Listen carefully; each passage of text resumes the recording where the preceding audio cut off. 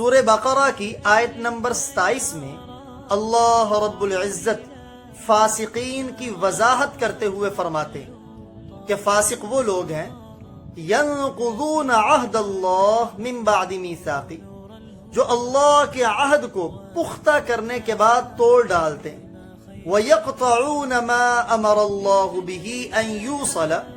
اور جس چیز کو جوڑنے کا اللہ نے حکم دیا، جس رشتے ناطے کو جوڑنے کا اللہ نے حکم دیا ہے اس کو توڑ ڈالتے، وَيُفْسِدُونَ فِي الْأَرْضِ، اور زمین میں فساد پھیلاتے ہیں۔ اللہ فرماتے ہیں اولئک هم الخاسرون، یہی لوگ خسارے والے، نقصان اٹھانے والے۔ اور انہی لوگوں کا ذکر فرما کے سورہ رعد کی آیت نمبر 25 میں اللہ فرماتے ہیں اولئک لہم اللعنہ، ان لوگوں پر اللہ کی لعنت ہے،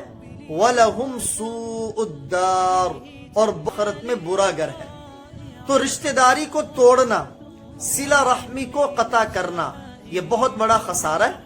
اور اللہ کی لعنت اور آخرت کے برے گھر کا ذریعہ ہے۔ صلہ رحمی ہے کیا؟ رشتہ داروں سے رشتہ داری کو برقرار رکھنا، رشتے ناطے کو جوڑے رکھنا، توڑنا نہ، اور اگر کوئی توڑ دے تو اس سے دوبارہ رشتے ناطے کو جوڑنا۔ چنانچہ جامع ترمذی کی روایت نمبر 1909 سیدنا عبداللہ بن عمر بن عاص رضی اللہ تعالی عنہما روایت کے راوی ہیں کہ رسول خدا صلی اللہ علیہ وآلہ وسلم نے ارشاد فرمایا لیس الواصل بالمکافی، صلہ رحمی کرنے والا وہ نہیں جو بدلہ چکائے، یعنی جس کے ساتھ رشتہ دار اچھے طریقے سے پیش آ رہے ہوں، معاملات بہتر ہوں، یہ بھی بدلے میں ان کے ساتھ اچھے طریقے سے پیش آئے، اگرچہ یہ بھی صلہ رحمی ہے، لیکن آپ نے فرمایا حقیقی صلہ رحمی یہ نہیں ہے۔ اصل صلہ رحمی کیا ہے؟ وَلَكِنَّ الْوَاصِلَ إِذَا انْقَطَعَتْ رَحِمُهُ وَصَلَهَا، اصل اور حقیقی صلہ رحمی کرنے والا وہ ہے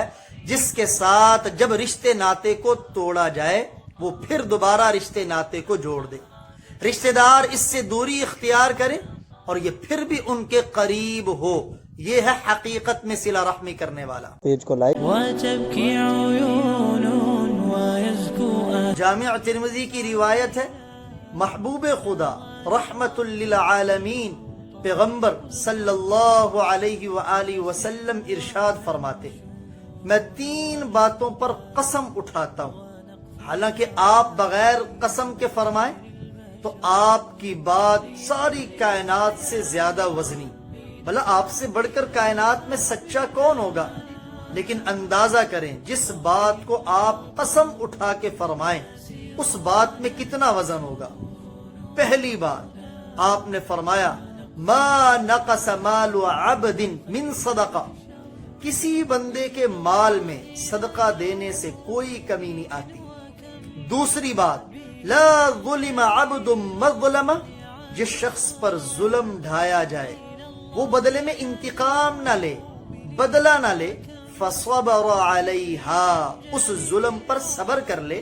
الا زادہ اللہ عزا، اللہ اس کی عزت کو بڑھا دیتے۔ نمبر 3 لا فتح عبد باب مسئلہ، جو شخص اپنے لیے مانگنے کا دروازہ کھولتا ہے، اپنی ضروریات کے لیے لوگوں کے سامنے ہاتھ پھیلانے شروع کر دیتا ہے، الا فتح اللہ علیہ باب فقر، تو اللہ ایسے شخص پر فقر و فاقے کا دروازہ کھول دیتے۔ خادم رسول سیدنا انس بن مالک رضی اللہ تعالی عنہ بیان کرتے ہیں رسول خدا صلی اللہ علیہ وسلم نے ارشاد فرمایا من احب ان یبسط له فی رزق، جو آدمی چاہتا ہے اس کے رزق میں اضافہ ہو جائے، اس کی روزی میں برکت آ جائے، وہ صلہ رحمی کرے، رشتہ داروں سے تعلقات برقرار رکھے، رشتے ناطے کو توڑے نہ، وَيُنْسَأَ لَهُ فِي أَثَرِ،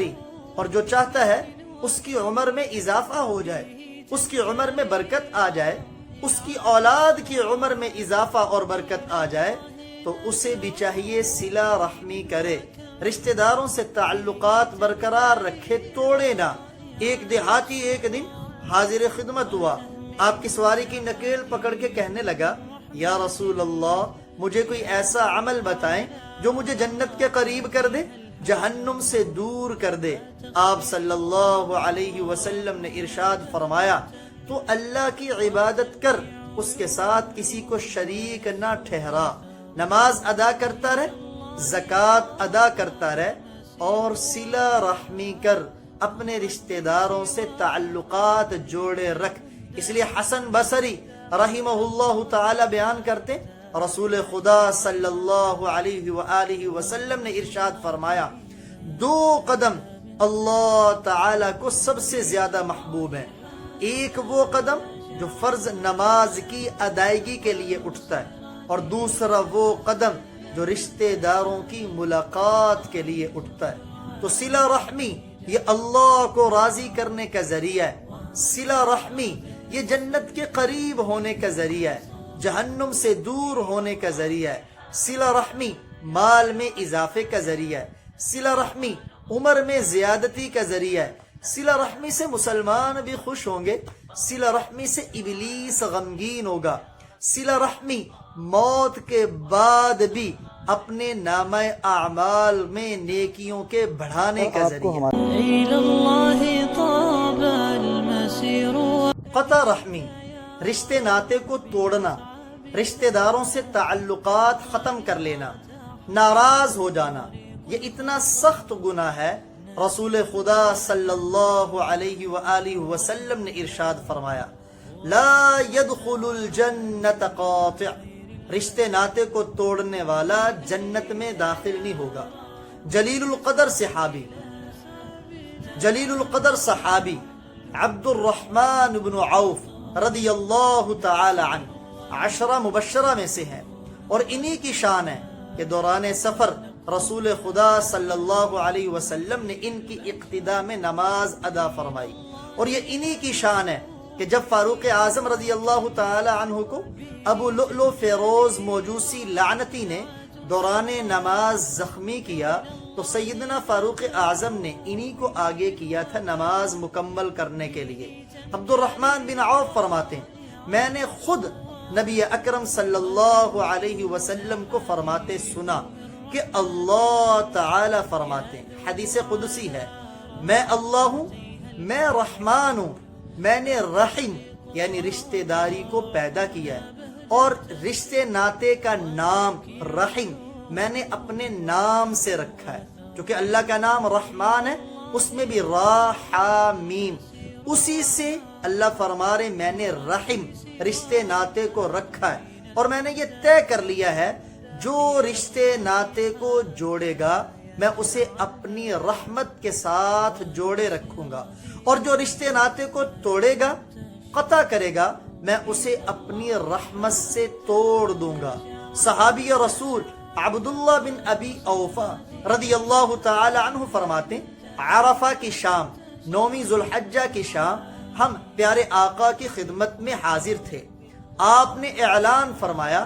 اگر اس مجلس میں کوئی قطع رحمی کرنے والا ہے، رشتے ناتے کو توڑنے والا ہے، جس سے اس کا کوئی رشتہ دار ناراض ہو، وہ ہماری مجلس سے اٹھ جائے، یہاں مت بیٹھے۔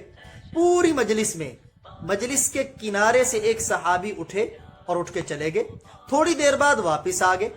آپ نے فرمایا، بھی ماجرا کیا ہے، تم اکیلے اٹھے ہو اور دوبارہ واپس بھی آ گئے؟ عرض کرنے لگے، یا رسول اللہ، میں آپ کی مجلس سے اٹھا، میری خالہ مجھ سے ناراض تھی، ان کے پاس گیا، آپ کا فرمان عالی شان میں نے انہیں سنایا، انہوں نے مجھے معاف کیا، میرے لیے استغفار کیا، میں نے ان کے لیے استغفار کیا، اور میں انہیں راضی کر کے آیا ہوں۔ آپ نے فرمایا، تم نے بہت اچھا کام کیا۔ میرے معزز سامعین، یہ اچھا کام ہم بھی تو کریں، ہم سے بھی اگر کوئی ناراض ہے یا ہم جس سے ناراض ہیں، اپنے آپ کو جھکائیں، دوسرے کو منائیں، تاکہ پیارے آقا کے اس فرمان کہ تم نے اچھا کیا یہ ہمارے نصیب میں بھی آ جائے۔ تو پھر آپ نے سارے صحابہ کو مخاطب کر کے فرمایا، جس قوم میں رشتے ناتے کو توڑنے والا موجود ہو، اس پوری قوم پر اللہ کی رحمت نازل نہیں ہوتی۔ قطع رحمی کتنا سخت گناہ ہے،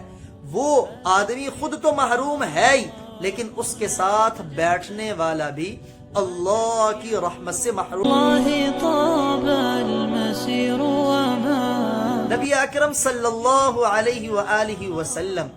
ایک دن صحابہ کرام کو مخاطب کر کے ارشاد فرمایا، اے میرے صحابہ، میں تم سے ایک بات بیان کرنے لگا ہوں، اسے اچھی طرح یاد کر لو۔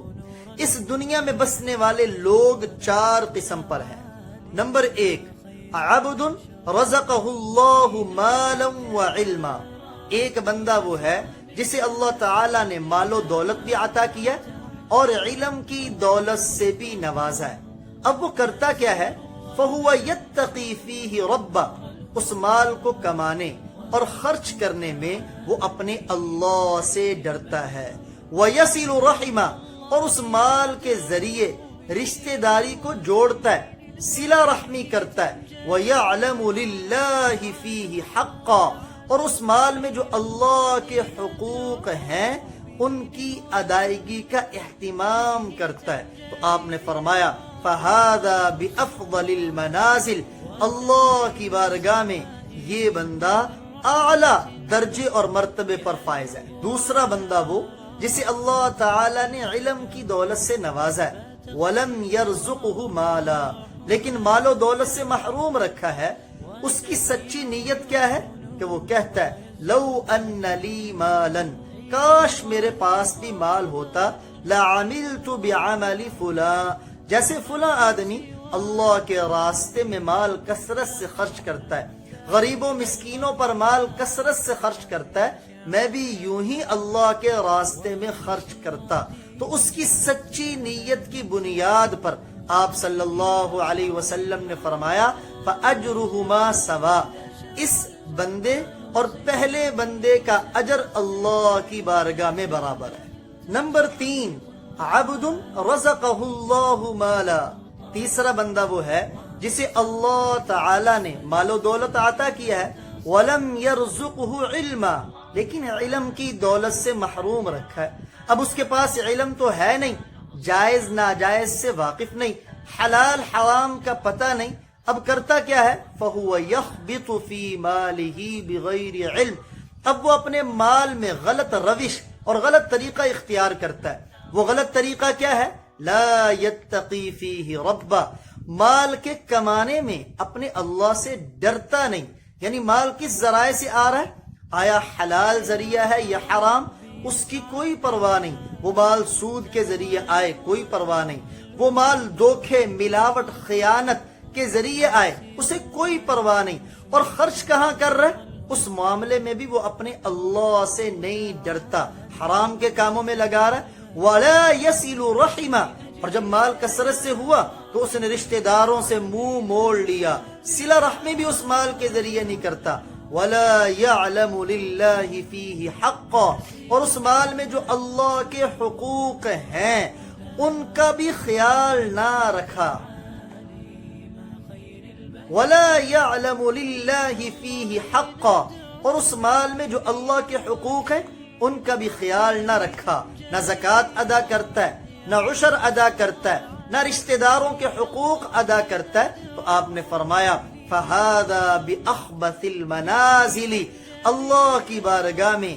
اس بندے کا درجہ سب سے بدتر ہے۔ نمبر 4، عبد لم يرزقه مالا ولم يرزقه علما، چوتھا بندہ وہ ہے جسے اللہ نے علم کی دولت سے بھی محروم رکھا،